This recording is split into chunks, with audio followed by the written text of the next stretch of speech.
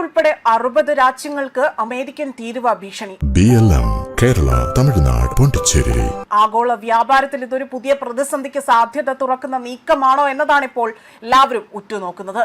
നിർബന്ധിത തൊഴിൽ ചൂഷണവുമായി ബന്ധപ്പെട്ട ആരോപണങ്ങളിൽ മിതമായ നടപടികൾ സ്വീകരിച്ചിട്ടില്ല എന്ന് ചൂണ്ടിക്കാണിച്ചുകൊണ്ടാണ് ഇപ്പോൾ ഇന്ത്യക്കും ചൈനയ്ക്കും ഉൾപ്പെടെ തന്നെ ഏകദേശം 60 രാജ്യങ്ങളിൽ നിന്നുള്ള ഇറക്കുമതികൾക്ക് 12.5% വരെ അധിക തീരുവ ചുമത്താനുള്ള നിർദ്ദേശം അമേരിക്കൻ ഭരണകൂടത്തിന്റെ പരിഗണനയിൽ ഉണ്ടായിരിക്കുന്നത്.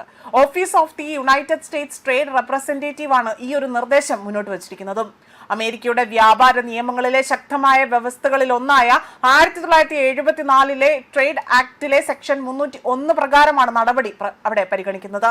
മുൻപ് ഡൊണാൾഡ് ട്രംപിന്റെ ആദ്യ ഭരണകാലത്ത് ചൈനയ്ക്കെതിരായ വ്യാപാര യുദ്ധത്തിന് അടിത്തറയുണ്ടായതായും ഇതേ നിയമവ്യവസ്ഥയിൽ തന്നെയാണ്. നിലവിൽ ഈ നിർദ്ദേശം അവലോകന ഘട്ടത്തിലാണ് എന്നും അന്തിമ തീരുമാനം എടുത്തിട്ടില്ല എന്നും അമേരിക്കൻ വൃത്തങ്ങൾ വ്യക്തമാക്കുന്നുണ്ട്. എന്നാൽ തീരുമാനം പ്രാബല്യത്തിൽ വന്നാൽ ലോകത്തിലെ പ്രധാന കയറ്റുമതി രാജ്യങ്ങൾക്ക് വലിയ തിരിച്ചടിയാകുമെന്ന് തന്നെയാണ് വിലയിരുത്തപ്പെടുന്നത്.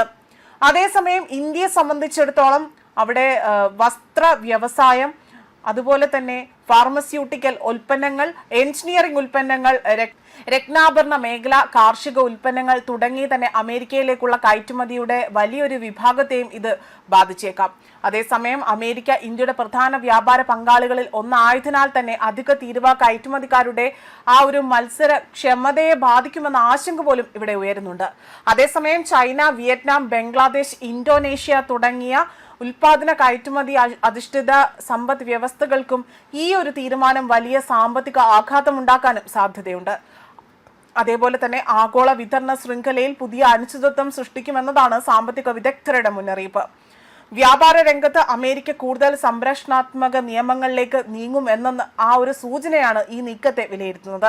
പ്രത്യേകിച്ച് തൊഴിൽ മാനദണ്ഡങ്ങൾ, മനുഷ്യാവകാശ വിഷയങ്ങൾ, ഉൽപാദന ശൃംഖലയിലെ സുതാര്യത എന്നിവയെ വ്യാപാര നിയമവുമായി തന്നെ ബന്ധിപ്പിക്കാനുള്ള ശ്രമത്തിന്റെ ഭാഗമായും ഇത് കണക്കാക്കപ്പെടുന്നുണ്ട്. ഇതിനിടയിലാണ് ഈ നിർദ്ദേശത്തിനെതിരെ തന്നെ വിവിധ രാജ്യങ്ങൾ നയതന്ത്ര തലത്തിൽ ഇടപെടൽ ശക്തമാക്കുന്നുവെന്ന സൂചനകൾ പുറത്തുവരുന്നത്. അമേരിക്കയുടെ തീരുമാനം ലോക വ്യാപാര സംഘടനയിലും അന്താരാഷ്ട്ര സാമ്പത്തിക വേദികളിൽ പോലും വലിയ ചർച്ചകൾക്ക് വഴിവെക്കുന്നുണ്ട്. അതേസമയം ഇന്ത്യ, ചൈന, ജപ്പാൻ, ദക്ഷിണ കൊറിയ, യുണൈറ്റഡ് കിങ്ഡം തുടങ്ങിയ നിരവധി തെക്കുകിഴക്കൻ ഏഷ്യൻ രാജ്യങ്ങൾ എന്നിവയുൾപ്പെടെ തന്നെ 60 സാമ്പത്തിക വ്യവസ്ഥകളിൽ നിന്നുള്ള ഇറക്കുമതികൾക്ക് 12.5% വരെ അധിക ടാരിഫ് ചുമത്താനാണ് ഇപ്പോൾ നിർദ്ദേശം നൽകിയിരിക്കുന്നത്. അതേപോലെ തന്നെ USTR കണ്ടെത്തൽ പ്രകാരം തന്നെ ഈ രാജ്യങ്ങൾ ഒന്നിക്കുന്നതിൽ നിർബന്ധിത തൊഴിൽ ഉപയോഗിച്ച് നിർമ്മിച്ച സാധനങ്ങൾക്ക് നിയന്ത്രണങ്ങൾ ഏർപ്പെടുത്തുന്നതിൽ പരാജയപ്പെട്ടു, അല്ലെങ്കിൽ നിലവിലുള്ള അല്ലെങ്കിൽ ആ ഒരു നിയമങ്ങൾ ഫലപ്രദമായി തന്നെ നടപ്പാക്കുന്നതിൽ വീഴ്ച വരുത്തി എന്ന് എടുത്തു സൂചിപ്പിക്കുകയാണ് ചെയ്തിരിക്കുന്നത്.